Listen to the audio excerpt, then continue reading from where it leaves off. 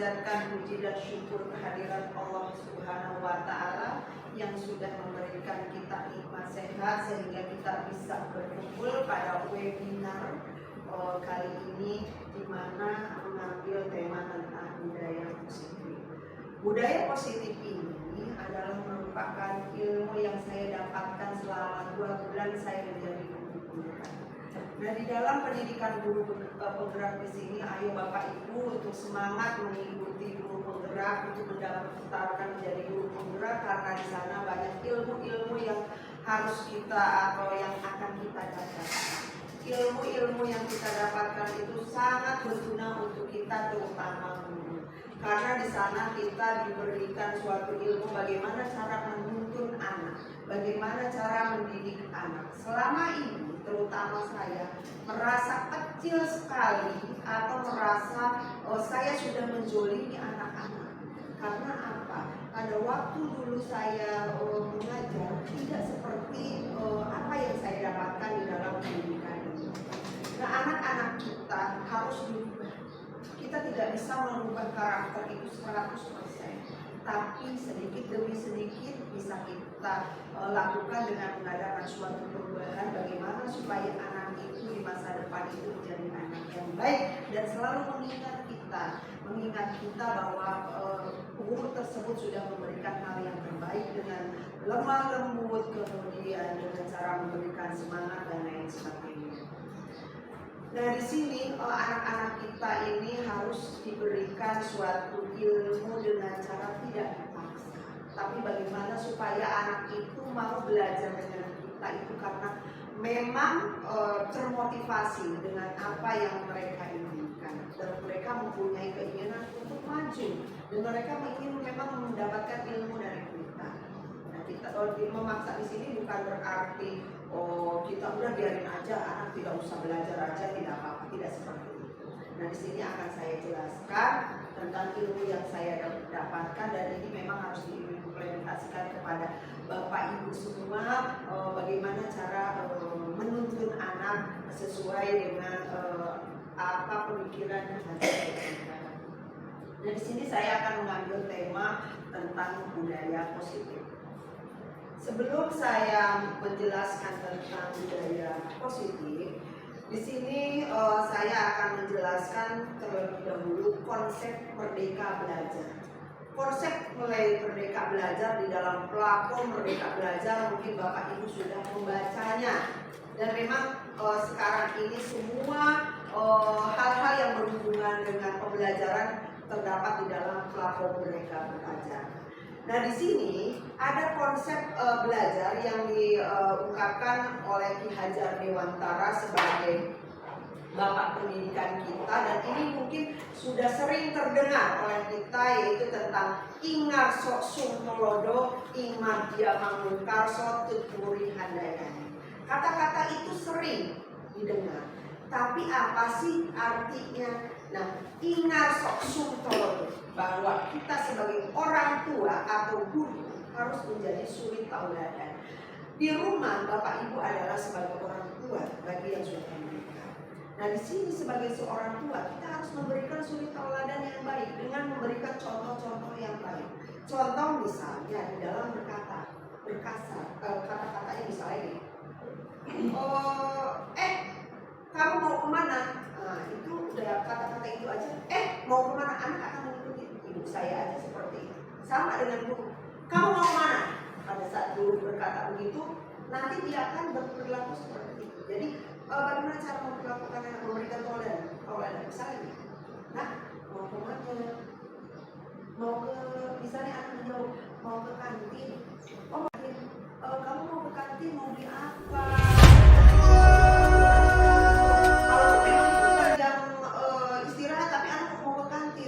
Kamu jangan ke kantin. Kenapa ke kantin? Kamu kan waktu belajar. Itu tidak boleh. Jadi kamu mau apa ke kantin? Mau jajan? Nah, emangnya sekolah kamu udah istirahat ini? Belum, guru. Misalnya jawabnya seperti itu anaknya. Jadi kalau kita halus tuh kadang-kadang anak jadi tidak ada merasa takut. Oh, ini bukan waktunya istirahat sayang. Jadi apalagi kita di SD ya. Kalau di SD itu ungkapkan kata-kata sayang. Anak itu akan merasa bangga kalau kita bilang sayang. ya. Kalau kita bilang sayang, anak itu merasa senang karena merasa diperhatikan. Kamu mau kemana nak? Mau kemana sayang? Nah, saya baik banget ya. Kan akan timbul seperti itu ya. Jadi kalau misalnya anak udah nyaman dengan kita, dengan kata-kata sayang, mau kemana, nanti dia langsung, oh kamu kan sekarang bukan waktunya istirahat, yuk belajar dulu. Sekarang penting belajar atau penting jajannya. Nah kalau begitu kan anak, ya belajar lah dulu, pintar. Wah dia langsung begini ya, apalagi anak SD ya. Jadi kalau anak SD itu kalau dipuji ini tuh dia senang. Jadi seperti itu cara memperlakukan anak. Jadi kita harus memberikan suri tauladan. Kalau kita berperilaku manis, kita berperilaku baik, insya Allah anak juga akan mencontoh, ibu saya halus baik. Jadi saya juga harus memperlakukan teman-teman saya seperti itu kan begitu ya. Jadi seperti itu. Jadi kita harus memberikan suri tauladan. Begitu juga di rumah dengan anak-anak kita. Tidak boleh kasar. Cuci piring, nggak boleh. Kamu bangun tidur terus, nggak boleh juga. Jadi nak, kan kamu sudah diberikan tugas oleh mama, atau kita kan keyakinan kita sudah bikin nih, tugas kamu apa ya di rumah. Nah senang. Tapi jangan, ayo kalau itu ntar nggak diajak jalan-jalan, nggak boleh seperti itu. Hal-hal seperti itu di rumah. Tapi bagaimana menimbulkan anak supaya dia mau melakukan itu adalah dengan keyakinan yang dia yakini.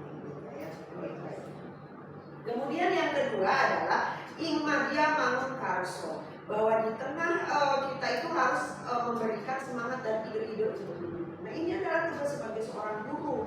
Tugas seorang guru itu harus memberikan semangat dan ide-ide belajar kepada mereka. Jangan, kamu kenapa sih dibilangin susah? Kamu kenapa ini nilainya jelek? Tidak boleh seperti itu. Jadi kita harus memberikan ide. Oh, kamu kok nilainya kurang bagus? Jangan bilang jelek ya. Kurang bagus nih, kenapa di rumah belajarnya? Nah bagaimana nih kalau kamu belajarnya seperti ini? Nah kita harus memberikan ide. Jangan menghakimi. Tidak boleh kita menghakimi anak. Jadi kita harus selalu, sehingga apa? Kalau kita memberikan ide-ide yang baik kepada anak, memberikan ide yang baik, anak tersentuh karena merasa malu, ya kan? Oh iya ya, kenapa aku nilainya jelek ya? Oh berarti ide dari guru bagus nih, kan jadi seperti itu. Jadi kita harus memberikan ide, ya kemudian memberikan semangat. Kamu sebenarnya bisa, cuma kamu terburu-buru. Yuk semangat. Bagaimana nih Bu ajarkan nih, bagaimana caranya, gimana ide guru bagus apa enggak? Nah, jadi caranya begitu. Kita harus memberikan ide. Jangan kamu udah besok belajar lagi, karena kita memberikan ide. Jadi kita itu harus memberikan ide. Bagaimana nih? Oh kamu harus begini, gitu. Nah begitu juga Bapak Ibu kalau punya anak di rumah ya seperti itu, memberikan ide, jangan menghakimi. Kamu tuh nilainya jelek, gimana sih kamu belajarnya? Jangan, berikan ide. Kira-kira kamu maunya apa? Bagaimana supaya kamu bisa semangat belajar? Itu karakter atau anak itu sudah kita tanamkan dengan cara seperti itu ya saya bilang iman ingarso sungkolodonya kembali lagi. Jadi seperti itu. Kemudian Tekuri Handayani yang di belakangan memberikan suatu motivasi. Nah motivasi itu artinya adalah dorongan seseorang untuk mau melakukan sesuatu. Tapi dorongannya ini jangan dengan memberikan hukuman atau penghargaan. Nanti lebih lanjut akan saya jelaskan tentang tipe-tipe kontrol yang seperti apa yang harus dilaksanakan sebagai seorang guru ya. Nah kemudian selanjutnya di sini menurut Ki Hajar Dewantara mengatakan bahwa mendidik itu adalah merupakan suatu proses manusia memanusiakan. Nah, manusia memanusiakan ini yang sulit bagi seorang guru ataupun sebagai orang tua untuk memanusiakan manusia. Hewan, di sini kan makhluk hidup ada hewan, ada tumbuhan, di sini manusia adalah makhluk yang paling sempurna di mata Allah. Di mata Allah itu sempurna. Apalagi kita sebagai manusia atau orang yang dititipkan amanah, seorang anak, bagaimana seorang anak itu bisa menjadi manusia yang dimanusiakan. Manusia yang memanusiakan itu maksudnya apa? Merdeka itu harus merdeka menjadi manusia. Bukan merdeka itu berarti kita membiarkan mereka untuk berbuat seenaknya. Tetap kita harus mendukung, kemudian kita harus menuntun. Nah, kata-kata Ki Hajar kan gitu, harus menuntun, memerdekakan dengan menuntun dengan cara memerdekakan. Nah, dari segala aspek kehidupan baik secara fisik, mental, jasmani, dan rohani. Nah, harus dikuatkan, apalagi anak kita anak SD. Harus dikuatkan. Bagaimana supaya mental mereka di masa yang akan datang itu menjadi manusia yang berkarakter baik. Karena apa? Pada masa kecil mereka, pada masa sekolah mereka, mereka diberikan ilmu yang beda dengan gimana dengan pendidikan ABRI berbeda. Karena di sekolah ini tidak semua akan menjadi polisi, tidak semua akan menjadi ABRI. Ilmu-ilmu dasarnya harus ada. Jadi seperti itu, ya. Jadi bagaimana cara mereka supaya di dalam menjalankan kehidupan mereka itu akan selalu melihat ke belakang. Biasa anak kecil itu selalu mengingat apa-apa yang di masa kecil. Kalau di masa kecil mereka itu baik, insya Allah ke atasnya akan baik, ya. Seperti itu. Nah, kemudian di sini Ki Hajar Dewantara juga memberikan pemikirannya tentang dasar-dasar pendidikan. Pendidikan bertujuan untuk menuntun segala kodrat yang ada pada anak-anak agar mereka dapat mencapai keselamatan dan kebahagiaan yang setinggi-tingginya.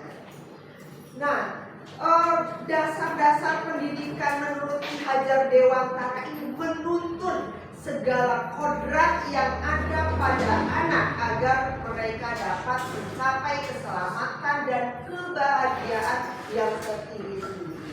Jadi dalam kehidupan anak selama mereka hidup itu dengan kita, itu dia merasa bahagia.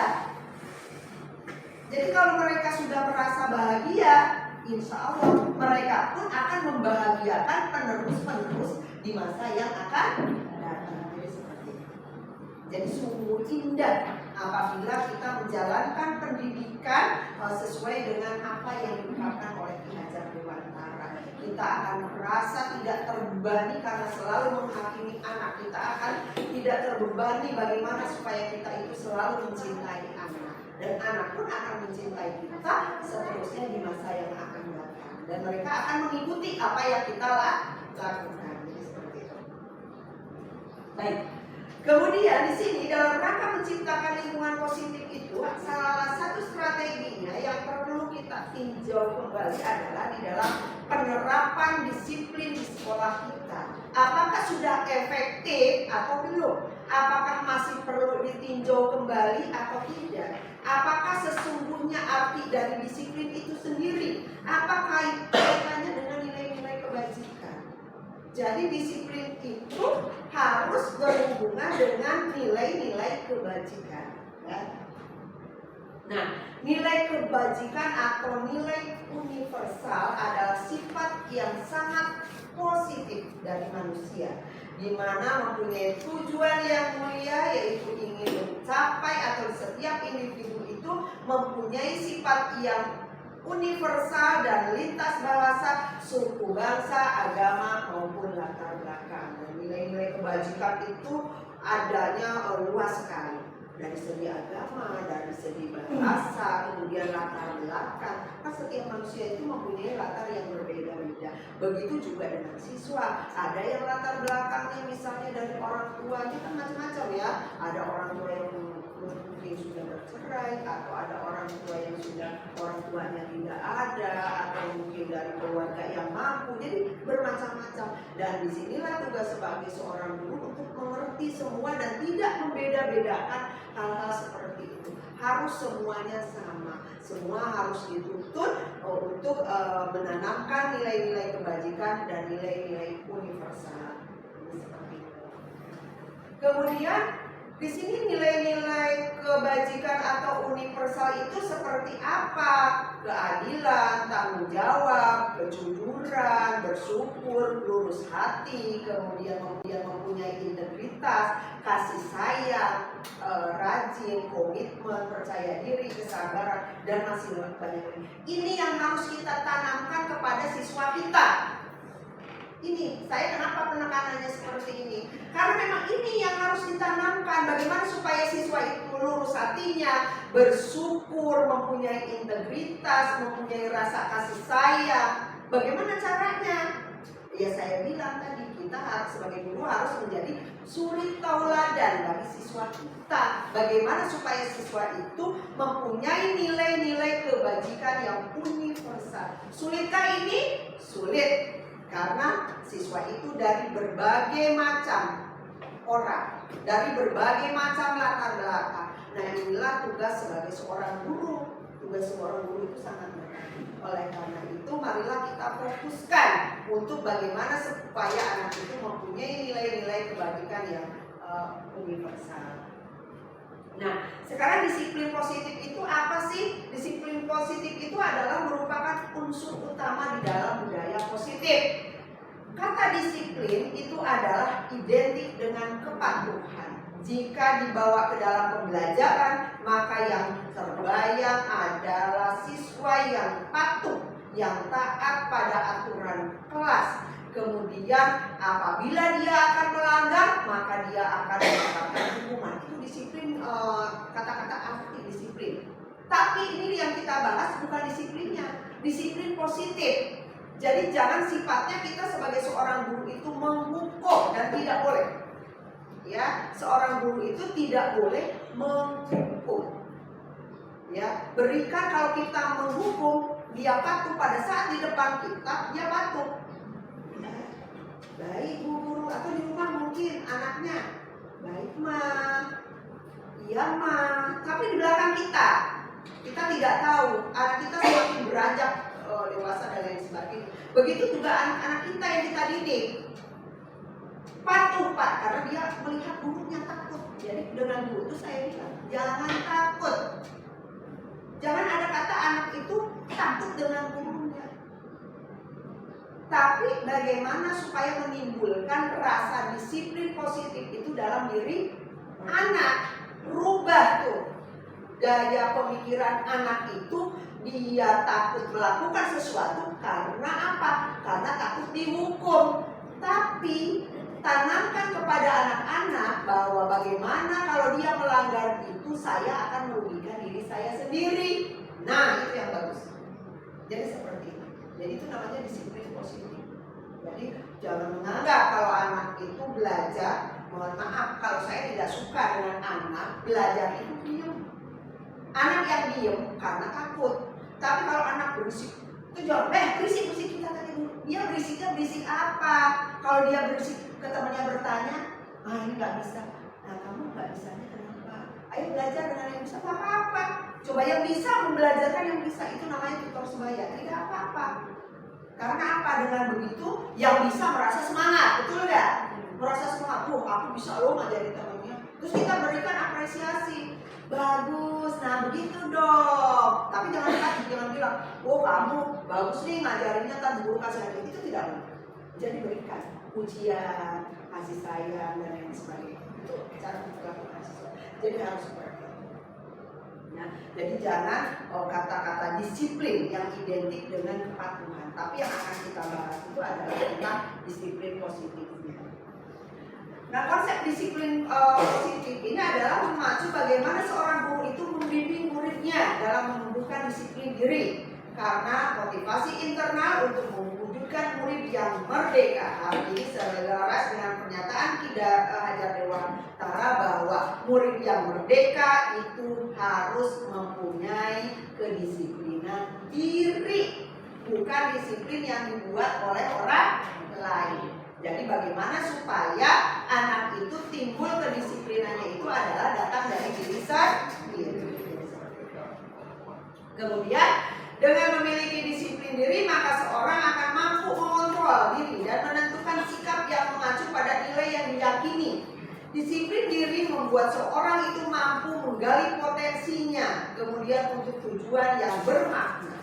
Di sini guru dapat melakukan disiplin diri kepada muridnya adalah dengan menggunakan segitiga restitusi.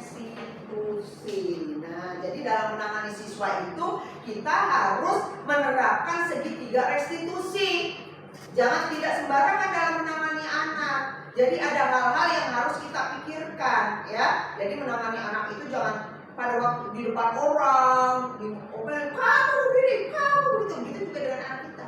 Jangan memarahi anak depan adiknya atau depan orang lain, tidak boleh, ya. Jadi seperti itu.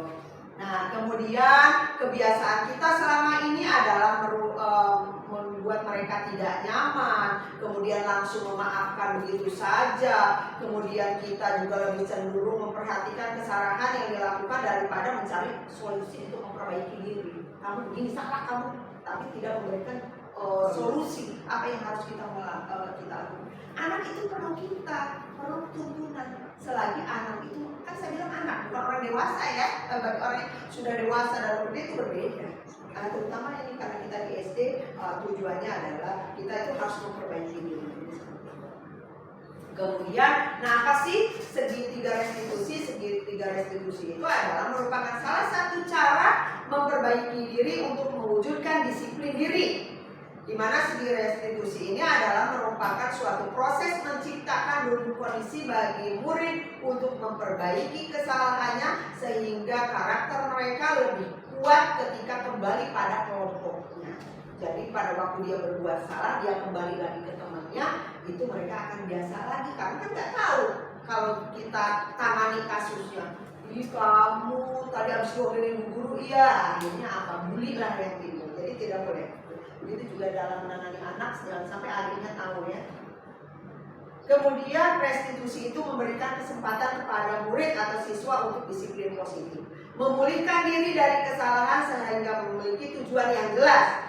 Penekanannya adalah pada cara mereka menghargai nilai-nilai kebaikan yang diyakininya, bukan perilaku yang menyenangkan orang lain. Restitusi itu adalah membantu murid untuk jujur pada dirinya sendiri dan mengevaluasi dampak dari kesalahan yang dilakukan. Kemudian restitusi juga memberikan penawaran, bukan paksaan. Nah, di sini saya lanjutkan ini contohnya segitiga restitusi bahwa kita harus menstabilkan dulu identitas. Setiap antara orang pasti banyak kesalahan. Banyak kok yang sudah mengalami kesalahan ini. Nah begitu, jangan kamu kenapa begini-gini, nggak boleh. Jadi ini dulu ya, stabilkan dulu. Mereka stabilkan dulu. Setiap orang banyak loh yang sudah melakukan kesalahan ini. Biar anak juga tenang, ya kan? Nah kemudian langsung kamu pasti punya alasan kenapa kamu berbuat begitu. Jadi kita harus tindakan yang salah itu harus kita tanyakan apakah punya alasan atau tidak. Kemudian langsung setelah itu baru, nah sekarang kamu kan sudah berbuat salah seperti ini, keyakinan kelas apa sih yang sudah kamu langgar? Tanya dia tentang keyakinan kelasnya. Kalau di rumah keyakinan apa nih yang di rumah yang sudah kamu langgar? Jadi seperti itu. Jadi kita harus seperti itu ya. Itulah supaya dengan kita menangani atau menyelesaikan masalah-masalah anak dengan menggunakan segitiga restitusi itu, 3 langkah ini sebagai seorang guru wajib dilakukan. Begitu juga di rumah bagi seorang ibu yang sudah punya anak. Jadi segitiga restitusi ini harus kita laksanakan. Kalau kita laksanakan, insya Allah kita akan menjadi anak yang mempunyai karakter yang baik. Nah di sini ada keyakinan kelas. Nah saya bilang tadi ada keyakinan kelas. Keyakinan kelas itu adalah merupakan salah satu disiplin positif yang bisa kita terapkan di dalam membangun budaya positif di sekolah. Dengan adanya keyakinan kelas di setiap kelas, diharapkan dapat mewujudkan tujuan pendidikan yang berorientasi pada profil pelajar Pancasila. Apa profil pelajar Pancasila? Beriman dan bertakwa terhadap Tuhan Yang Maha Esa dan berakhlak mulia. Kemudian yang kedua berkebinekaan global, yang ketiga adalah ketuhanan yang Maha Esa, beralat mulia, kemudian ada nyanyiannya. Saya sudah jelaskan ke anak tentang pelajar Pancasila, beriman dan bertakwa pada Tuhan yang Esa, dan berakhlak mulia, berkebinekaan global, gotong royong mandiri, kreatif dan bernalar kritis. Nah, anak sudah hafal kan kalau dengan nyanyian itu hafal. Saya barusan kalau tidak dengan nyanyian juga saya lupa. Tapi kalau dengan nyanyian saya langsung hafal. Nah, begitu juga dengan anak. Jadi kalau misalnya kadang-kadang dengan nyanyian itu anak itu lebih enak ya. Itu yang saya itu ya. Dari sini ada contoh apa sih perbedaan dengan keyakinan kelas dan kesepakatan kelas. Karena selama ini yang banyak dipergunakan adalah kesepakatan kelas, bukan keyakinan kelas. Kalau keyakinan kelas itu bersifat lebih abstrak daripada peraturan, yang lebih rinci dan konkret. Kemudian keyakinan kelas juga adalah berupa pernyataan universal, dan pernyataan keyakinan kelas selalu senantiasa dibuat di dalam bentuk yang sifatnya positif. Nah, di sini ada contoh, boleh Bapak Ibu semua membuat keyakinan kelas bersama anak-anak, dan ini adalah keyakinan kelas yang sudah kita buat di kelas 4A. Yang pertama adalah bertanggung jawab dalam mengerjakan tugas piket, bersikap sopan dan menghormati guru, bersikap jujur, saling tolong menolong, bersikap tenang saat pelajaran berlangsung, hidup rukun dengan teman. Jadi pada saat dia itu belajar, pada saat belajarnya itu bercanda, dan biarin aja dulu bercanda. Anak pulang kita panggil, kita buat nih segitiga restitusi tadi, ya kan? Banyak gitu kan, seperti yang saya contohkan. Dan kita tanyakan, keyakinan kelas apa yang sudah kamu langgar, nak? Nah, oh iya ya Bu Guru, kita sudah punya nih keyakinan kelas kita bahwa kita itu harus bersikap tenang saat pelajaran berlangsung. Nah, ini adalah contoh-contoh dari keyakinan kelas ya yang sudah saya buat. Itu baru satu ilmu yang saya berikan kepada Bapak Ibu semua tentang bagaimana cara menangani siswa. Mungkin dari Bapak Ibu ada yang mau bertanya sebelum saya akhiri untuk webinar ini.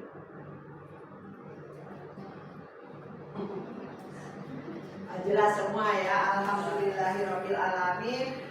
Demikianlah webinar ini, mudah-mudahan bermanfaat bagi kita semua, karena kita tujuan utama di dalam kita sebagai guru adalah bagaimana supaya kita menjadikan siswa atau anak-anak kita menjadi orang yang lebih baik di masa yang akan datang. Terima kasih sudah datang pada webinar kali ini. Mudah-mudahan apa yang saya sampaikan dapat bermanfaat buat kita semua. Terima kasih. Wassalamualaikum warahmatullahi wabarakatuh. Waalaikumsalam warahmatullahi wabarakatuh.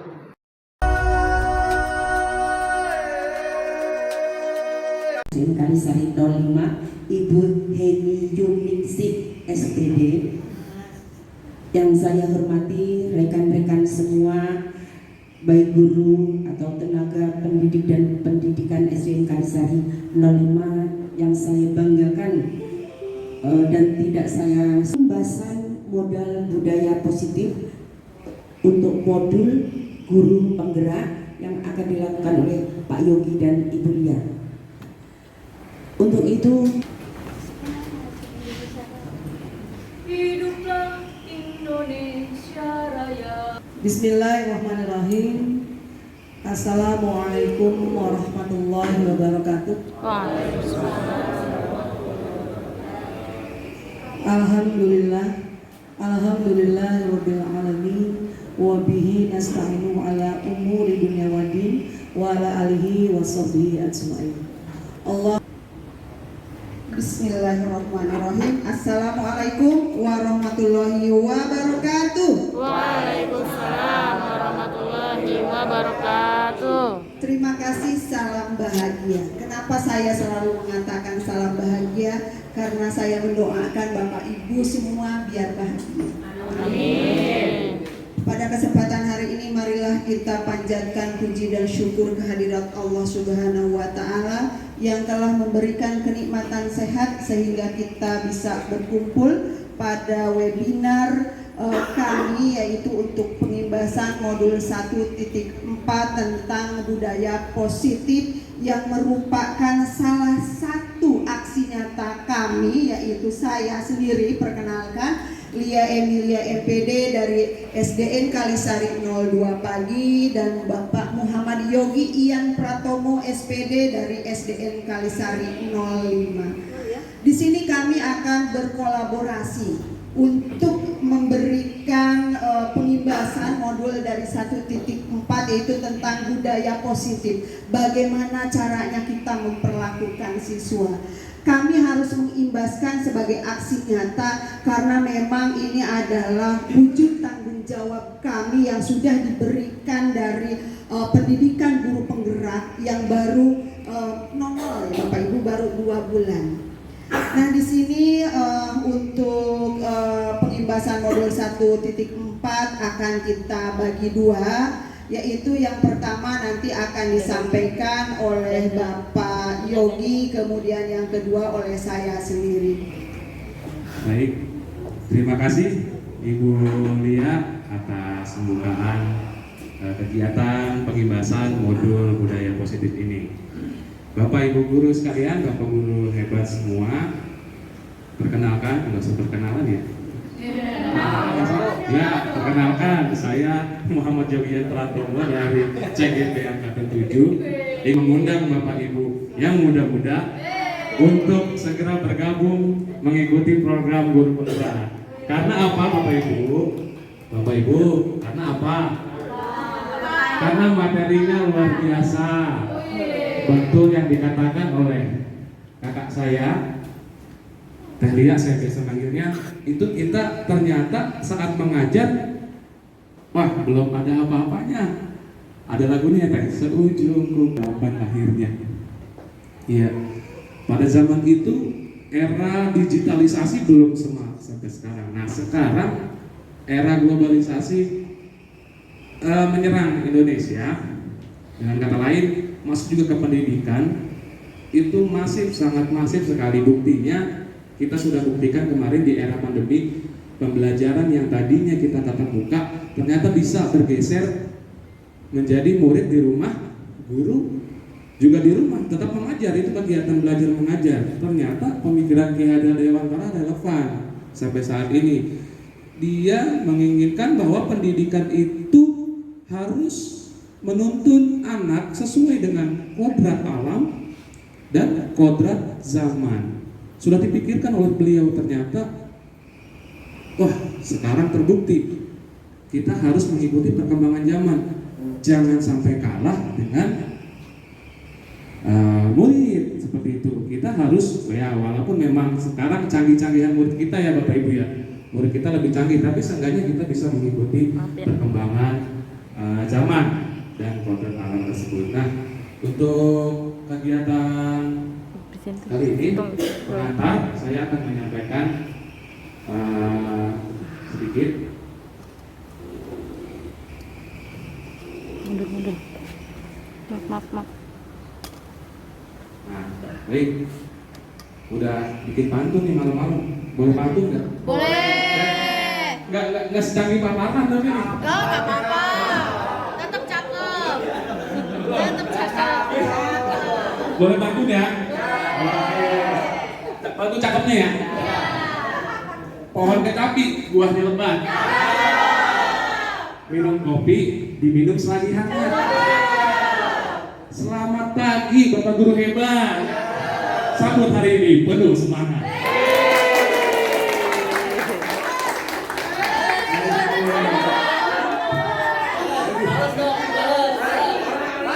Tapi kali ini jadi lanjut.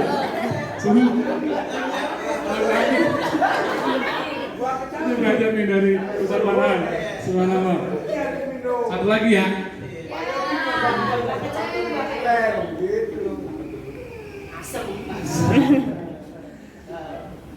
Bapak Ibu, anak nakal jangan dipukul. Nanti dia bisa lari. Karena sudah semuanya berkumpul, saya akan mulai presentasi. Terima kasih. Tentunya semalaman. Semalam begini ya benar. Mudik. Baik, yang pertama saya akan sampaikan bahwa kita akan menyamakan persepsi. Bapak Ibu mungkin sudah tak asing lagi dengan konsep pendidikan yang diutarakan oleh Bapak Ki Hajar Dewantara, Bapak Pendidikan kita. Dia memiliki beliau memiliki tiga pilar, tiga pilar yang diutarakan oleh Ki Hajar Dewantara, di mana yang dipakai oleh kitab dunia pendidikan. Yang pertama adalah Ing Arso Sumtulodo, yang kedua Ing Madhyama Muntarso, dan Tuturi Handayani. Mungkin slogan-slogan ini tidak asing lagi dengan Bapak Ibu di sekolah, karena Bapak Ibu guru yang lebih senior dari saya pasti sudah mengenal duluan tiga pilar Ki Hajar Dewantara ini. Ini hanya sekilas mengingatkan kembali tentang tiga pilar yang diutarakan oleh Ki Hajar Dewantara.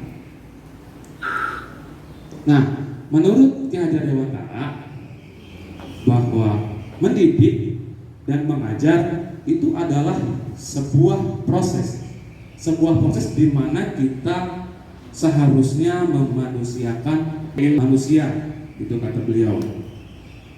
Sehingga kita harus memerdekakan. Maka yang muncul saat ini yang dipakai oleh pemerintah Kementerian Pendidikan saat ini yang digaung-gaungkan oleh Menteri kita Mas Nadiem, yaitu apa sekarang Bapak Ibu? Merdeka belajar. Nah, di sini saya belajar di guru penggerak. Saya dan Delia belajar bagaimana cara memanusiakan manusia, menjadikan murid kita, menuntun murid kita sesuai kodrat alam dan kodrat zamannya tadi. Itu didukung oleh kehidupan kita secara baik mental maupun jasmani dan rohaninya. Selanjutnya, Ki Hajar Dewantara itu memberikan pemikirannya tentang dasar-dasar pendidikan yang sekarang dipakai oleh Kementerian Pendidikan Kebudayaan. Pendidikan itu kita samakan persepsi ya Bapak Ibu ya. Tadi sudah saya sampaikan di awal bahwa pendidikan itu, kata beliau, itu adalah bertujuan untuk menuntun apa? Menuntun segala kodrat yang ada pada anak didik kita, baik itu kodrat alam dan kodrat apa tadi kedua? Kodrat zaman. Nah, itu yang ditekankan di sini. Itu untuk mencapai keselamatan yang setinggi-tingginya, baik mereka hidup di masyarakat nanti, karena anak-anak kita kan nanti akan hidup bermasyarakat. Selanjutnya, nah dalam rangka menciptakan lingkungan yang positif, nah masuk ke materi akan kita bahas nanti bagaimana menumbuhkan budaya positif yang ada di sekolah kita demi memajukan pendidikan yang ada di khususnya di SDN Kalisari 05. Bagaimana kita memiliki strategi apa yang harus kita lakukan. Maka dari itu kita harus memiliki ilmu-ilmu dasar yang kita miliki untuk tadi menuntun anak itu untuk mendapatkan kodratnya, kodrat alam dan kodrat zaman. Apakah masih perlu ditinjau kembali? Nah, apa sesungguhnya arti dari disiplin itu sendiri? Sekarang Bapak Ibu, menurut Bapak Ibu, disiplin itu erat kaitannya dengan apa? Norma. Bagus, Pak Babadi ya. Ada lagi disiplin, waktu, peraturan. Ada apa lagi biasa dikaitin? Tanggung jawab, ada tanggung jawab di situ. Ada hukuman, tadi ada jawab hukuman, ya. Erat kaitannya disiplin dengan hukuman, ya Bapak Ibu ya. Kita mendisiplinkan anak dengan hukuman. Nah, itu tak jarang memang kita lakukan ya Bapak Ibu ya. Semua itu demi menyadarkan anak ya. Apakah itu nanti kita lihat ya, apakah itu nanti ternyata sesuai sesuai dengan pemikiran Gajar. Jadi Dr. William Geiser ini menggunakan banyak ilusi kontrol yang dilakukan oleh orang dewasa. 4 ini yang dilakukan oleh kita, oleh saya. Selanjutnya, nah, Bapak Ibu Guru, kaitannya bagaimana cara kita mendidik anak itu ada langkah atau ada 5 posisi yang paling ideal. Menurut Bapak Ibu, dari kelima ini mana yang paling ideal? Ada 5 posisi kontrol. Kaitannya tadi kan kita masuk teori kontrol, nah sekarang kita masuk ke 5 posisi kontrol pada guru. Ada 5 posisi kontrol pada guru. Yang pertama, penghukum. Yang kedua, pembuat merasa bersalah. Yang ketiga, teman. Yang keempat itu pemantau. Dan yang terakhir ada manajer. Kita refleksi Bapak Ibu, kita ada di posisi mana? Sudah terpikirkan? Saya pernah sebagai penghukum. Kita refleksi, pasti pernah. Kita pernah menjadi guru yang pembuat merasa bersalah pada anak kita. Pernah. Kita pernah kadang menjadi teman. Nah, kadang kita hanya memantau bagaimana anak itu ada perubahan atau tidak dengan data-data yang kita punya. Dan yang paling ideal adalah manajer. Manage awal katanya. Jadi kita ini paling ideal ternyata bagaimana cara kita memanage murid, nanti akan dipelajari. Nah, penghukum itu seperti apa? Membuat merasa bersalah seperti apa? Teman itu seperti apa? Nah, akan kita bahas satu persatu.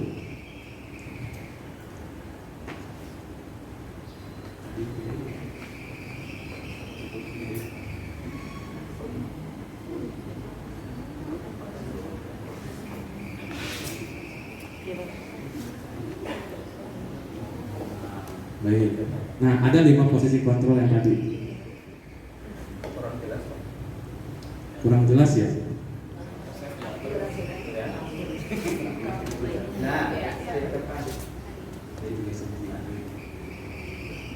Nah, 5 posisi kontrol kaitannya dengan teori motivasi. Nah, yang penghukum itu biasanya yang dilakukan oleh guru itu dengan cara ngomel, ya, menghardik, menyakiti, nyindir. Udah itu. Sini. Matanya ke sini deh. Iya. Itu jelek. Gak bisa diem. Bodoh lagi. Aduh, itu lagi. Ternyata kita pernah menjadi penghukum, tapi mari kita perbaiki masih ada waktu untuk perbaikan. Nah, yang kedua, biasanya nih guru penghukum mengeluarkan kata-kata seperti ini biasanya. Kalau kamu tidak mengerjakan, awas ya, tulis 100 kali di buku. Dulu saya dapat dari guru SD saya 100 kali. 100 kali tulis saya tidak mengerjakan PR. Saya tidak mengerjakan PR sampai 100. Memang jadi pegel. Jadi bisa nulis, cuma caranya tadi dengan cara memaksa. Nah, akibatnya apa? Anak tersebut menjadi pemberontak.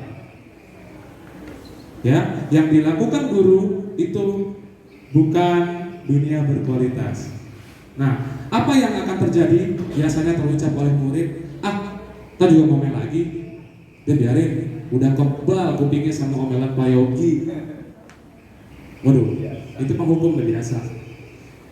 Ini posisi penghukum adalah posisi kontrol menuju identitas gagal. Nanti ada identitas sukses, Bapak Ibu. Ada identitas gagal dan ada identitas sukses. Kita maunya anak kita menuju identitas gagal atau identitas sukses, Bapak Ibu? Sukses pastinya. Semua guru ingin anak didiknya sukses. Nah, yang kedua, pembuat merasa bersalah. Biasanya berceramah, ibu kecewa sama kamu, Bapak kecewa, kenapa kamu ulangi lagi? Kemarin sudah tidak mengerjakan PR, sekarang kamu tidak mengerjakan PR lagi. Kamu lagi yang telat. Oh, udah biasa itu ya. Ternyata itu membuat merasa bersalah. Apa yang akan terjadi pada siswa? Dia akan merenung. Oh, ternyata memang saya salah. Saya kayaknya bikin Pak Guru sakit hati dulu. Nah, itu juga tidak bagus. Itu menuju identitas gagal. Dan akan identik anak itu akan berbohong dan melakukannya lagi. Besok alasan pernah nggak Bapak Ibu? Alasannya kesiangan, besok alasan lagi telat. Itu alasan klasik.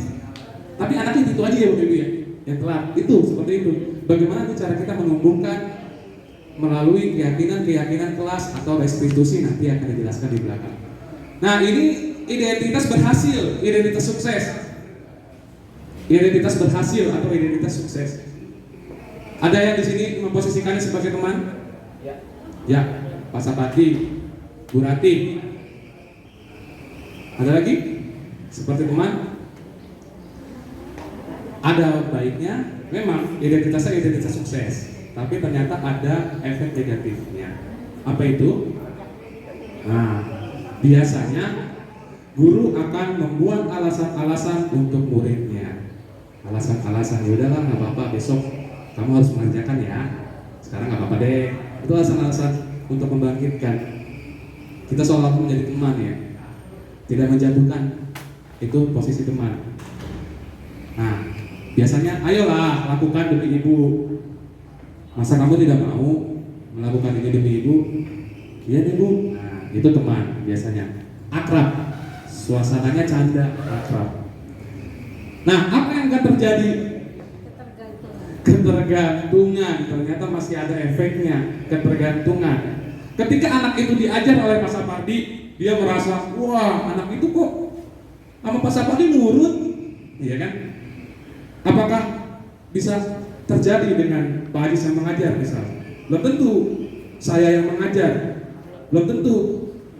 Itu namanya ketergantungan.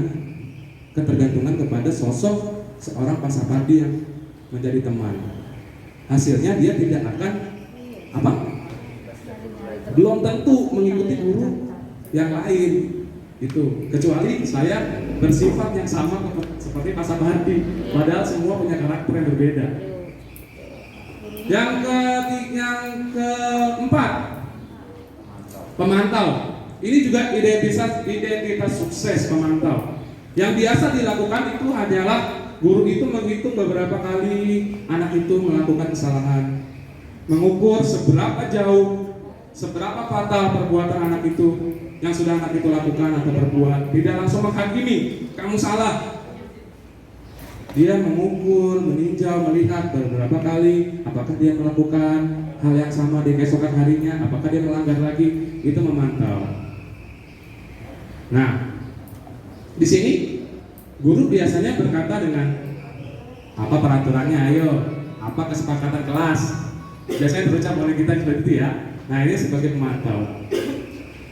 Lalu hasilnya anak itu dapat menyesuaikan diri, tapi merasa diawasi, selalu diawasi oleh guru tersebut. Nah, ada lagi murid akan berkata, berapa banyak bintang yang saya harus peroleh, beberapa banyak halaman yang harus saya tulis. Ini ketika kita memberi sebuah reward and punishment, misalkan bintang prestasi seperti itu. Ya, ternyata nanti di lain waktu reward ternyata tidak selalu bagus. Nah, yang terakhir tadi seorang manajer. Ini yang diharapkan kita menjadi seorang manajer. Manajer itu bagaimana layaknya seorang pemimpin. Karena kita juga pemimpin, Bapak Ibu. Pemimpin apa? Pemimpin kelas, pemimpin pembelajaran di kelas kita masing-masing. Sudah selayaknya kita menjadi seorang manajer. Nah, ada 5 kebutuhan dasar. Nah, Bapak Ibu, materi ini kaitannya dengan tadi teori kontrol, dan sekarang akan masuk ke 5 kebutuhan dasar pada manusia. Bukan hanya anak-anak. Ini adalah 5 kebutuhan dasar manusia. Ada nggak di antara ini yang nggak Bapak Ibu butuhin? Di antara 5 kebutuhan ini yang nggak, saya nggak butuh kebebasan, saya nggak butuh kesenangan. Coba diperhatikan.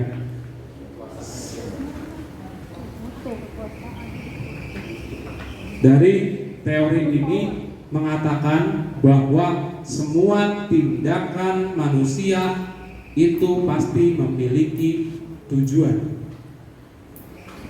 Saya berlaku seperti ini agar ini, saya melakukan ini agar mendapatkan ini. Itu sudah menjadi hakikat manusia. Dan ini adalah 5 kebutuhan dasar manusia. Yang pertama itu adalah survival. Survival ini adalah salah satu kebutuhan fisiologis. Kaitannya tentang fisiologis. Kebutuhan untuk bertahan hidup apa aja Bapak Ibu? Iya Bu, berarti alhamdulillah, mantap. Makan, bertahan hidup. Rekreasi. Olahraga untuk kesehatan, cakep. Kesehatan. Hah? Rekreasi. Pakaian, rumah, sandang, pangan, papan, keamanan, semua itu kan kebutuhan nomor 1 terkait dengan fisiologis, termasuk kebutuhan reproduksi untuk mempertahankan hidup, mempertahankan keturunan, masuknya ke kebutuhan bertahan hidup, mempertahankan keturunannya kan. Nah itu semua, itu 5 dasar kebutuhan. Kenapa kita harus tahu ini Bapak Ibu? Karena dasarnya ini nanti untuk menyelesaikan kasus. Kita akan mencari tahu kebutuhan mana sih yang belum terpenuhi sama anak itu. Itu loh maksudnya Bapak Ibu. Karena di awal sudah disampaikan, tindakan murid, semua tindakan murid memiliki tujuan atau memiliki dasar-dasar yang mereka memiliki alasannya. Tapi kita harus cari tahu nanti dengan 5 kebutuhan dasar ini. Yang kedua, ada cinta dan kasih sayang, love and belonging. Bagaimana kita sebagai manusia dewasa dan anak-anak sama ingin diperlakukan, dicintai dan disayangi. Anak-anak pun begitu, ingin disayangi gurunya dan ingin diterima dan ingin diterima oleh teman-temannya di kelas, sama seperti itu. Jika salah satu kebutuhan dasar ini tidak terpenuhi, maka yang terjadi anak itu akan bertindak di luar norma. Contoh, anak kasus mencuri. Kamu mencuri untuk apa? Ternyata setelah kita selidiki, dia lapar. Saya nggak dikasih uang sama mama saya. Oh, kita bisa menyimpulkan dari 5 kebutuhan dasar ini. Ternyata ada salah satu yang tidak terpenuhi, yaitu apa Bapak Ibu? Kebutuhan untuk bertahan hidup, yaitu makan. Nanti baru kita cari solusinya lewat segitiga restitusi. Ini awalnya kuncinya. Kita harus mencari tahu dulu 5 kebutuhan dasar apa sih yang belum terpenuhi sampai anak itu berbuat negatif. Coba kita gali. Anak yang caper Bu Haji, bener ya Bu Haji ya, sering ya. Anak caper di kelas ya Bapak Ibu. Apakah sudah pasti kurang kasih sayang? Bisa kurang kasih sayang. Belum tentu. Makanya belum tentu, siapa tahu dia ingin dihargai. Ya. Makanya kita harus cari motif anak tersebut. Bagaimana caranya nanti dijelaskan oleh Bu Mulia. Lalu ada kebebasan. Kebebasan ini adalah hak atau keinginan semua. Bapak Ibu, di sini sebenarnya ada yang pengen bebas nggak sih? Bebas bikin RPP, bebas nggak bikin administrasi. Pengen kan? Bebas. Tapi bebas itu kan bukan seartinya bebas sebebas-bebasnya di luar kontrol. Tetap ada batasannya. Nah, kita sebagai guru akan menuntut siswa menuju kebebasan itu dengan apa contohnya? Kebebasan berpendapat, ya, kebebasan memiliki tujuan hidup, diajak sharing anaknya. Nanti ini faktor kebebasannya. Kan 4 ada kesenangan. Siapa di sini yang nggak pengen senang Bapak Ibu hidupnya? Pasti semua pengen senang. Dengan apa kesenangannya dicari? Beda-beda ya. Pak Sapadi dengan main burung, pelihara burung, pelihara burung Pak Sam. Itu termasuk kesenangan, hobi, mancing. Ya. Ustaz Farhan, kesenangannya dengan main yoyo, bahkan main yoyo. Nah, Ustaz Hamzah main lato-lato. Nah itu kesenangan. Nah, bagaimana di kelas kita?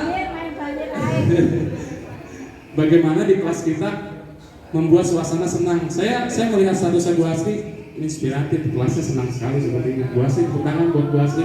Selalu harus di-sharing nih bagaimana bikin anak-anak senang di kelas. Senang banget gitu belajarnya, semangat. Nanti lain kali Bu Asri ngasih materi tentang bagaimana membuat kelas menjadi riang. Ya setuju? Setuju. Bagi-bagi ilmunya Bu Asri. Iya, saya juga terinspirasi oleh Bu Asri, keren. Yang ketiga, yang terakhir, kelima, kekuasaan. Power, kekuasaan. Bukan hanya orang dewasa ini kekuasaan, ternyata pada dasarnya anak-anak juga kekuasaan. Contohnya seperti apa? Ingin merasa hebat, ingin merasa berprestasi, iya kan? Selalu menunjukkan. Ada anak yang selalu menunjukkan, wah saya harus jadi nomor 1, gak mau nomor 2. Wah itu power. Nah, kalau ada anak yang letih, lesu, lemah, nggak semangat, mungkin ada kebutuhan dasar yang belum terpenuhi. Di antara 5 kebutuhan dasar ini. Jadi kebutuhan dasar ada berapa Bapak Ibu? Ada berapa? 5. Pertama apa Bu Asri? Kebutuhan bertahan hidup, survival. Cinta dan kasih sayang, love and belonging. Kebebasan, kekuasaan, kesenangan, have fun. Jadi ada 5. Untuk mengatasi masalah anak-anak kita yang negatif tadi, kita cari 5 kebutuhan dasar mana yang tidak terpenuhi. Oke Bapak Ibu?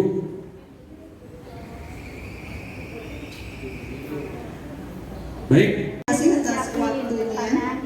Kita kembali lagi ke konsep Ki Hajar Dewantara dulu ya Bapak Ibu.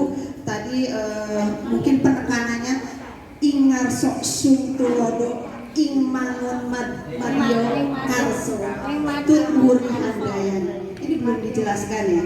Ingar sok sung tulodo, bahwa seorang guru itu harus menjadi suri tauladan bagi siswanya dalam berkata, bertindak. Karena apa? Semua apa yang dikatakan guru biasanya selalu diikuti oleh siswa kita. Oleh karena itu, apa yang menjadi tindakan kita akan diikuti oleh siswa kita. Makanya kita sebagai seorang guru harus berhati-hati. Kemudian ingmad yo mangun karso, bahwa di sini seorang guru itu harus selalu memberikan semangat kepada siswa kita untuk maju. Kemudian tutmuri handayani. Di sini arti dari tutmuri handayani, seorang guru harus selalu memberikan motivasi atau dorongan bagaimana dia harus bertindak dan bertingkah laku. Itu yang akan saya bahas yang tadi. Kemudian ada tambahan dari saya tentang 5 motivasi dasar manusia yang harus kita terapkan kepada siswa, yaitu tentang tata cara bertahan hidup. Bapak Ibu sekalian, bagi yang sudah mengikuti atau menggunakan kurikulum Merdeka, mungkin salah satunya adalah sudah menggunakan yang kewirausahaan mungkin ya. Atau saya lihat kemarin Bapak Ibu guru mengadakan market day, betul nggak? Sekarang saya tanya, pada waktu market day, apa yang dilihat dari siswanya? Apa? Kegiatannya, jualannya laku, betul nggak? Bukan itu.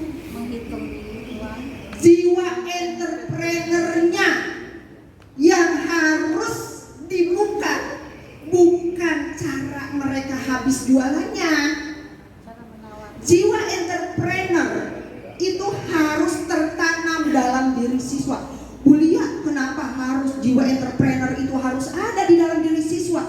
Kan nanti ada yang menjadi dokter, ada yang menjadi guru, ada yang menjadi polisi.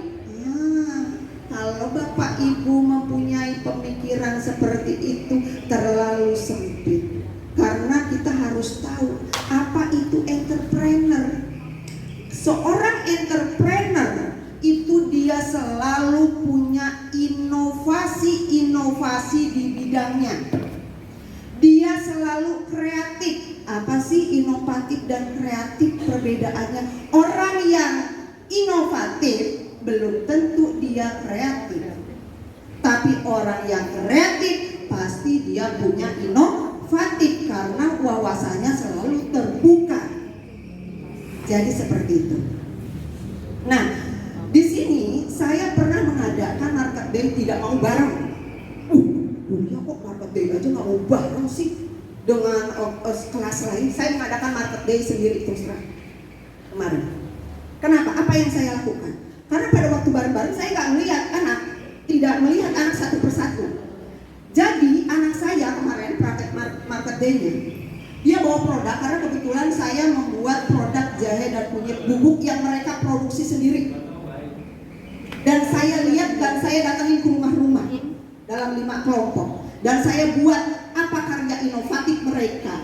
Kalau yang saya ajarkan kreatif. Ternyata mereka belum membuat karya inovatif, hanya membuat karya kreatif.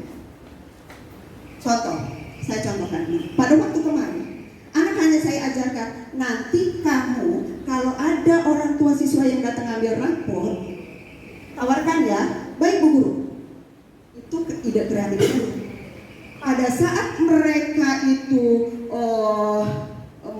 produknya mau dijual, timbul karya inovatifnya.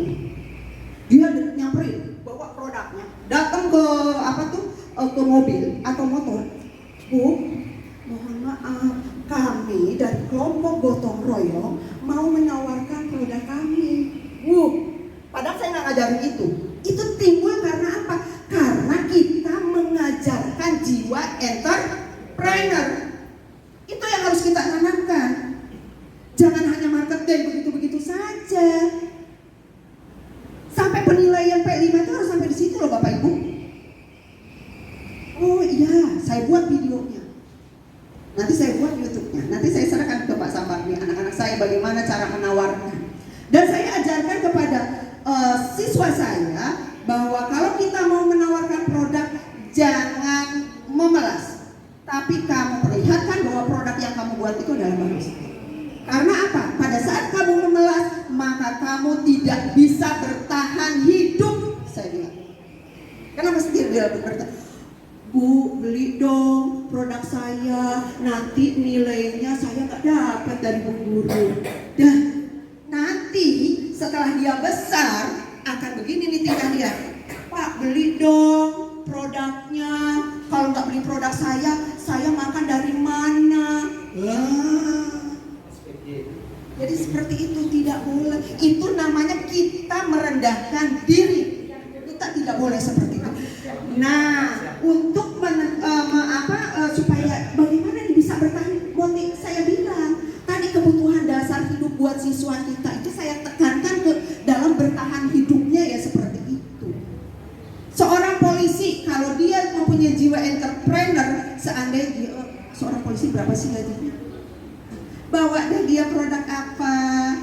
Saya selain itu bikin online. Seorang dokter misalnya, saya selain mengobati, saya juga karena saya punya jiwa entrepreneur, saya mau melakukan inovatif. Jadi semua orang seperti Bapak Ibu loh. Bapak Ibu itu jiwa entrepreneurnya harus ada. Jiwa entrepreneurnya apa? Bagaimana supaya siswa itu mau belajar dengan kita dengan nyaman. Kan seperti itu ya. Pernah ada yang mengikuti pelatihan entrepreneur? Ikuti ya Bapak Ibu. Saya kemarin itu mengikuti pelatihan entrepreneur, tapi kebetulan ijazah S1 pertama saya itu adalah pendidikan S1 entrepreneur, yaitu pendidikan dunia usaha. Dan yang keduanya baru S1 PGSD, dan yang ketiganya adalah yang magisternya adalah IPS. Jadi semua itu saya posisinya itu memang di jiwa entrepreneur. Bulia cuma ngomong aja. Apa Bulia juga membuat suatu inovasi? Ya, saya membuat inovasi saya. Saya mengajarkan siswa saya kreatif. Kenapa saya bilang kreatif? Mereka membuat produk jahe, tapi tidak dibuat jadi karya inovatif. Saya bilang, nah, kamu hanya mendapatkan nilai kreatif saja, tapi nilai inovatifnya tidak. Saya katakan di depan orang tua, kenapa Bu Guru nilai inovatif saya nggak ada? Karena Ibu mengajar kamu gula dengan jahe jadi bubuk jahe, tapi itu kan karya kreatif, kamu kan sudah ada produknya. Kalau kamu membuat karya inovatif, bisa aja tuh air gula dikasih jus mangga, airnya dibuat, bikin lagi bubuk seperti jahe, bisa nggak? Oh iya ya Bu Guru. Nah, itulah perbedaan dari kreatif dan inovatif. Nah, terapkan Bapak Ibu ya. Jadi seperti itu contoh ya, tentang saya tekankan bahwa 5 kebutuhan dasar manusia yang utama adalah bertahan hidup, bahwa kita harus menerapkan jiwa-jiwa entrepreneur kepada siswa kita. Baik, kita lanjutkan ya apa yang tadi sudah diungkapkan oleh Bapak Yogi. Kemudian di sini adalah teori motivasi perilaku manusia. Di sini motivasi perilaku manusia itu ada 3. Sebagai seorang siswa, kita kembali ke siswa aja. Siswa mempunyai motivasi belajar itu karena yang pertama, karena dia takut dihukum. Kemudian yang kedua, dia ingin mendapatkan penghargaan. Kemudian yang ketiga, dia mempunyai motivasi karena keinginan dari diri sendiri. Nah, inilah yang diajarkan dalam guru penggerak. Bagaimana caranya siswa mau mempunyai motivasi belajar karena menghargai diri sendiri, termasuk Bapak Ibu. Kenapa? Sekarang saya tanya. Walaupun hukumannya bukan push up ya, maaf ya. Pada saat anak kita ditanya, kenapa kamu mengerjakan PR? Oh, karena dia takut dihukum, betul nggak? Makanya dia mengerjakan PR karena takut dihukum gurunya. Sama dengan Bapak Ibu, mau mengerjakan RPP, perangkat pembelajaran, karena takut dengan kepala sekolah. Saya yakin kebanyakan seperti itu. Kemudian yang kedua, ada lagi siswa, mereka mau mengerjakan tugas karena ingin mendapatkan penghargaan. Penghargaannya apa? Berupa nilai baik. Makanya jangan dibiasakan. Ke anak kita juga, kamu kalau puasanya 30 hari kelar, Bapak Ibu kasih hadiah ya?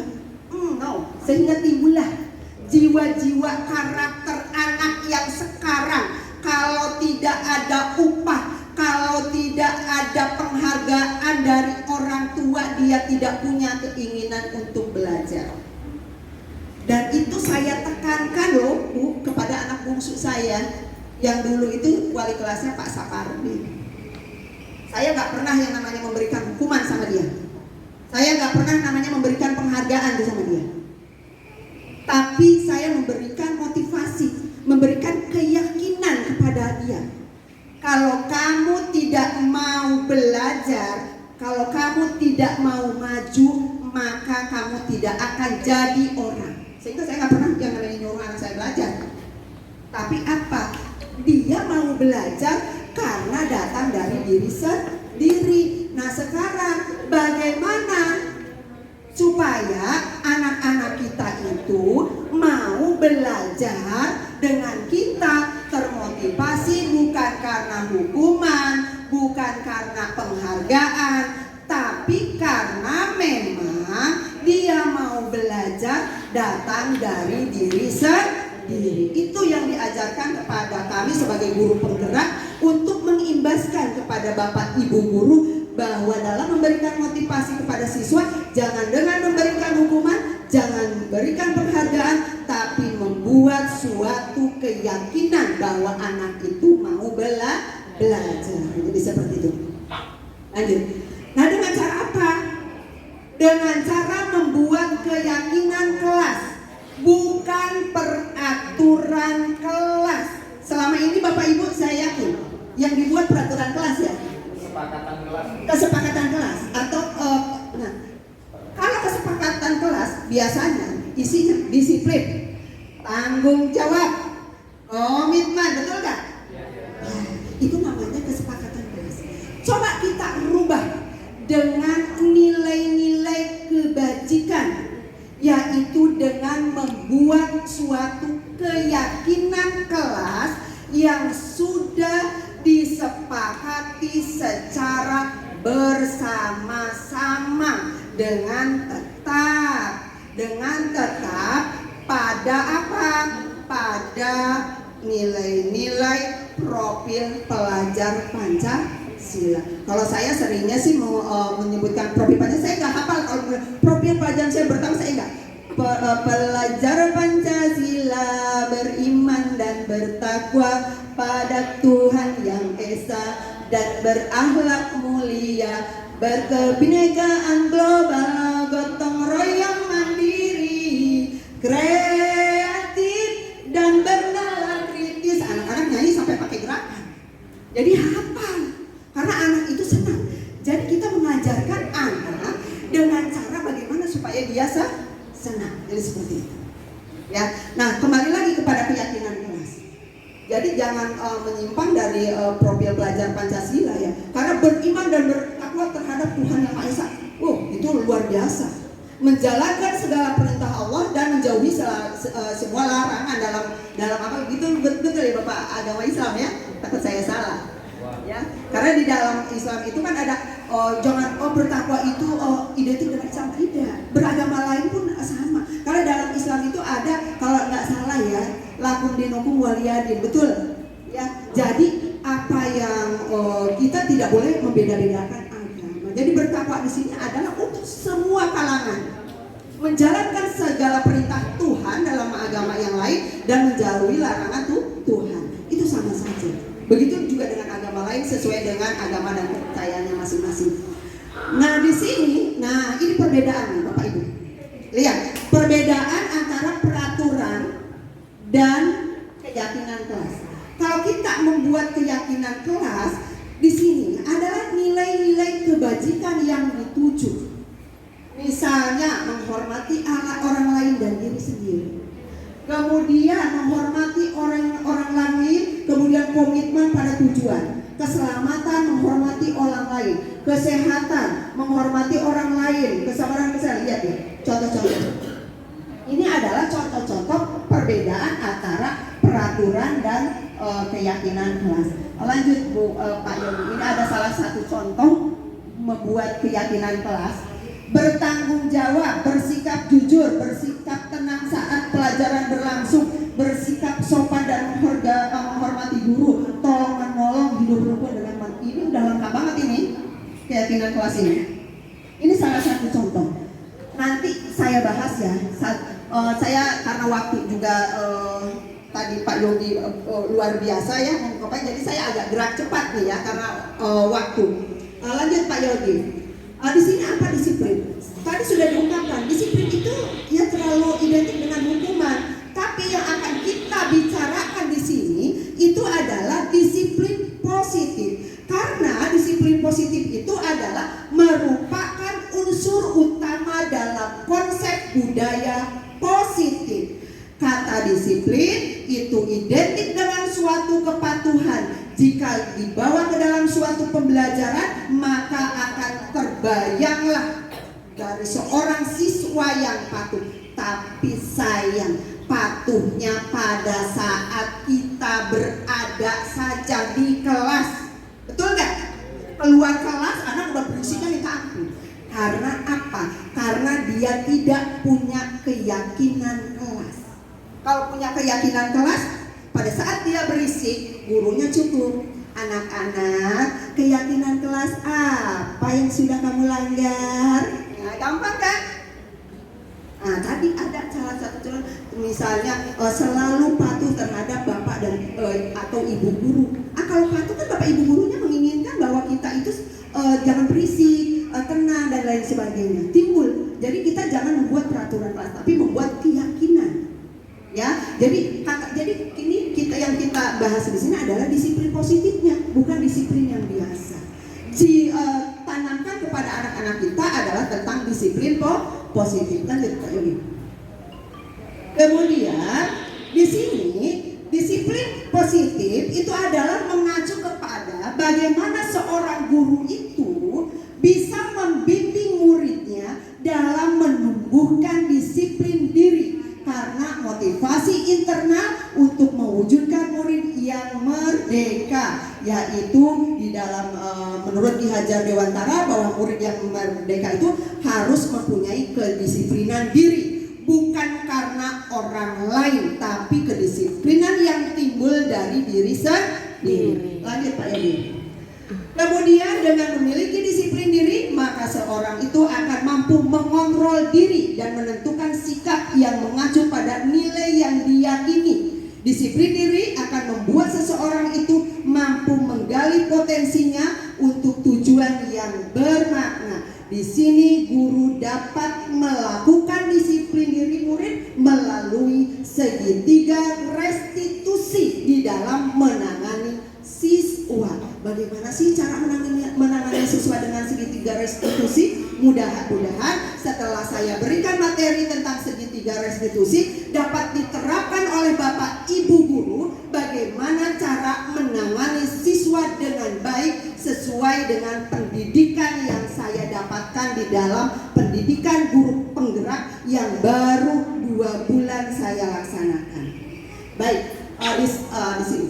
Kebiasaan kita selama ini membuat anak-anak itu tidak nyaman atau langsung memaafkan begitu saja atau lebih cenderung memperhatikan kesalahan yang dilakukan kepada mereka tanpa memberikan solusi. Betul nggak? Karena kita udah pusing dengan perangkat, dengan ngajar. Makanya di dalam kurikulum Merdeka kan nggak ada KKN. Karena seperti ini, guru tuh kebanyakan pikirannya ke situ, nilainya harus bagus, tapi tidak ada berusaha untuk bagaimana siswa itu mau berubah di dalam bertingkah laku. Ayo lanjut Pak Yodi. Nah, segitiga restitusi adalah merupakan salah satu cara memperbaiki diri untuk mewujudkan disiplin diri. Segitiga restitusi adalah proses menciptakan kondisi bagi murid untuk memperbaiki kesalahannya sehingga mereka akan lebih kuat apabila masuk ke kelompoknya. Jadi kalau kita di dalam menangani siswa dengan menggunakan segitiga restitusi, anak tidak merasa bersalah, anak itu tidak merasa takut, tapi dia merasa lega. Karena dan dia akan berusaha untuk apa? Untuk memperbaiki diri. Buka Pak Yogi tentang segitiga restitusi. Restitusi memberikan ke atas dulu Pak Yogi. Ya. Restitusi memberikan kesempatan kepada murid untuk disiplin positif, memulihkan diri dari kesalahan sehingga mereka memiliki tujuan yang jelas. Penekanannya adalah pada cara mereka memberikan nilai-nilai kebaikan. Nilai-nilai kebaikannya apa? Keyakinan apa? Keyakinan ke kelasnya. Ya, lanjut Pak Yogi. Nah, sangat penting bagi guru di dalam menciptakan kondisi yang membuat murid itu bersedia menyelesaikan masalahnya dan berbuat baik lagi. Guru dapat memberikan kalimat langsung aja Pak Yogi jangan ke gambar. Nah, ini adalah gambar segitiga restitusi. Saya contohkan Bapak Ibu, misalnya saya berikan contoh, mungkin Pak Yogi sudah membuat kemarin video tentang menangani siswa. Saya sudah ada di video saya, insya Allah saya lagi buat YouTube-nya. Di sini apabila ada anak yang bersalah, kita kasih contoh ya. Misalnya anak itu menjambak temennya, kebanyakan gitu ya, jambak temennya. Pak guru, Atau mungkin ada anak lagi berdoa tapi ngobrol misalnya. Jangan loh Bapak Ibu sekali-kali menegur. Kamu berdoa yang mana? Ini tahu gak kamu doa? Tapi depan siswa, ke depan teman yang lain itu tidak. Atau pada waktu menjawab, aduh kamu lagi. Pusing Ibu. Kok kamu tetap begitu sih? Kamu bandel. Kamu ini udah diajari. Kelas berapa kamu sekarang? Udah biarin. Gak usah naik aja kamu. Kamu tetap kayak begitu. Nah, tidak boleh Bapak Ibu. Kita hadapi sekecil apapun kesalahan anak, pergunakanlah dengan menggunakan segitiga restitusi.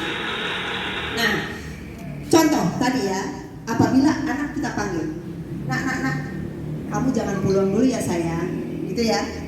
Jadi dia nggak, teman-teman yang lain nggak tahu kalau misalnya dia sebenarnya mau dipanggil, biar anak tidak dibully.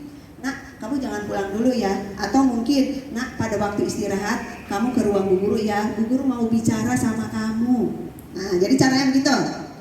Pada waktu dipanggil, tanya. Langkah yang pertama adalah menstabilkan identitas. Bagaimana cara menstabilkan identitas? Jadi jangan seolah-olah bahwa dia itu adalah orang yang sering bersalah. Stabilkan dulu. Nah, banyak orang yang seperti kamu. Ibu tahu kesalahan seperti ini bukan hanya kamu saja nak yang melakukan. Ibu tahu itu. Sekarang itu stabil itu dia. Oh iya, berarti bukan saya aja nih yang salah kan gitu ya. Banyak yang seperti itu. Karena anak itu memang harus ditanamkan seperti itu. Kemudian setelah kita menstabilkan, baru validasi tindakan yang salah. Nah, tadi kamu apa sih yang kamu lakukan kepada teman kamu? Menjambak Bu Guru. Sekarang Bu Guru tanya, kamu kan menjambak teman kamu. Itu salah gak nak? Menurut kamu deh, nggak menurut Bu Guru. Oh, iya Bu Guru salah. Itu perbuatan tidak baik Bu Guru. Akhirnya kan dia timbul bahwa kesalahannya itu memang salah. Menurut dia, jangan menurut gurunya. Ya kan? Kamu, oh berarti salah ya nak ya? Menurut kamu salah itu? Iya Bu Guru, saya salah. Kenapa coba itu salah? Ya Bu Guru, tidak baik dia saya menjambak. Kalau dia menjambak kan berarti dia sakit. Pinter. Nah sekarang Bu Guru tanya. Nah kita masuk tuh ke menanyakan keyakinannya, keyakinan kelas. Sekarang Bu Guru tanya nih, keyakinan kelas apa yang sudah kamu langgar? Oh iya Bu Guru, keyakinan kelas kita bahwa kita harus selalu menyayangi semua teman misalnya. Jadi buatlah itu. Jadi apa nak, keyakinan kelas apa yang sudah kamu langgar? Oh itu Bu Guru, keyakinan kelas yang sudah saya langgar itu adalah bahwa saya harus menyayangi teman. Berarti saya tidak menyayangi teman. Oh jadi seperti itu. Kamu sudah tahu kesalahan kamu? Sudah Bu Guru.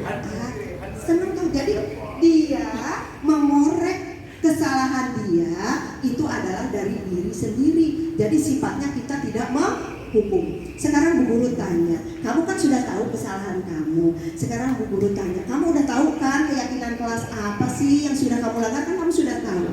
Menurut kamu, sekarang kamu mau mendapatkan hukuman apa ya? Gitu ya.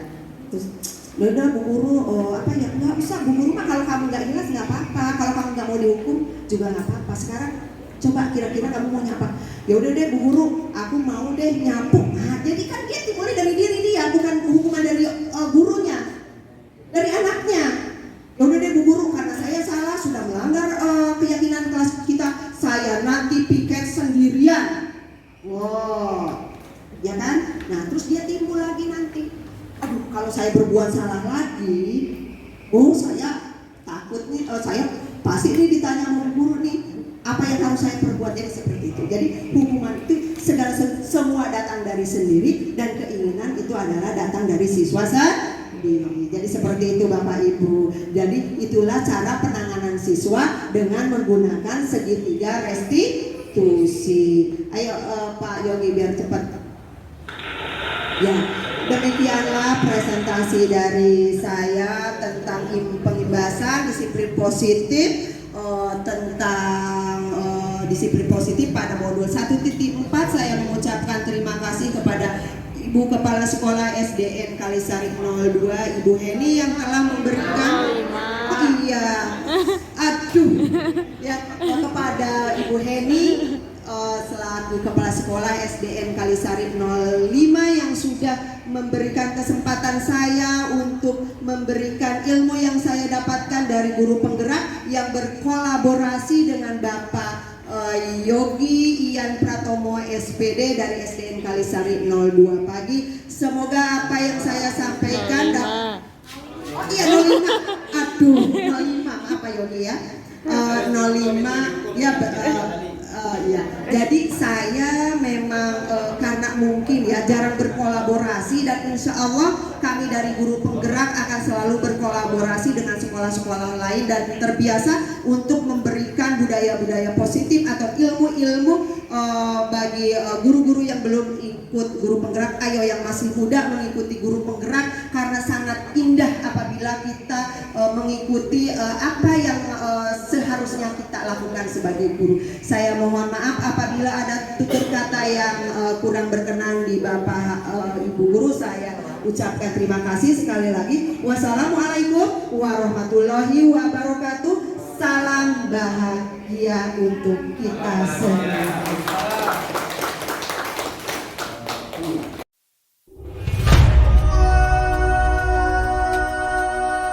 Assalamualaikum warahmatullahi wabarakatuh. Ini siapa? Bapak kan kemarin sudah mendengarkan penjelasan saya tentang disiplin positif. Apakah penjelasan dari saya sudah memuaskan atau mengerti apa yang saya jelaskan? Mengerti, cukup jelas, bisa dipahami. Terima kasih. Bagaimana dengan Bapak? Itu dari penjelasannya sangat gamblang dan bahasanya mudah untuk dicerna. Iya. Terima kasih atas waktunya. Wassalamualaikum warahmatullahi wabarakatuh. Assalamualaikum warahmatullahi wabarakatuh. Perkenalkan, saya adalah salah satu orang tua siswa di SDN Kalisari 02 Pagi, di mana Ibu Lia Emilia MPD merupakan wali kelas dari putri kami. Pada kesempatan ini saya akan menyampaikan pendapat saya tentang komunikasi antara orang tua dengan guru. Menurut pendapat saya, selama hampir 1 semester ini, komunikasi yang dibangun oleh Ibu Lia Emilia dengan orang tua sudah cukup baik. Hal ini dapat dilihat dari adanya komunikasi 2 arah via WA Group atau via telepon secara japri antara guru dengan orang tua. Selanjutnya, Ibu Lia Emilia juga selalu mengkomunikasikan dengan orang tua tentang kondisi siswa yang bermasalah atau yang sedang mengalami masalah, dan membantu mencarikan solusi dari permasalahan tersebut. Hal lain yang dapat dilihat dari cara komunikasi Ibu Lia Emilia dengan orang tua ketika Ibu Lia Emilia berencana untuk melakukan proyek-proyek atau berencana untuk melakukan pembelajaran di luar kelas. Ibu Lia Emilia akan berkomunikasi dengan orang tua secara intens dari mulai perencanaan sampai dengan kegiatan selesai. Besar harapan saya untuk Ibu Lia tetap mempertahankan cara berkomunikasi dengan orang tua seperti yang telah saya sampaikan. Demikian, wabillahi taufiq walhidayah. Wassalamualaikum warahmatullahi wabarakatuh. Assalamualaikum warahmatullahi wabarakatuh. Saya Bina Arisna Naden kelas 4A dari SDN Kalisari 02 Pagi. Saya sangat bangga memiliki guru sebaik Bulia. Bulia adalah guru terbaik yang selalu mengajarkan kami semua tentang berbagai hal baik, teori dan praktek. Dengan praktek, kami bisa lebih paham dan mengerti. Kami sekarang menjadi percaya diri, memiliki imajinasi dan kecintaan pada pembelajaran. Terima kasih Bu Guru. Wassalamualaikum warahmatullahi wabarakatuh.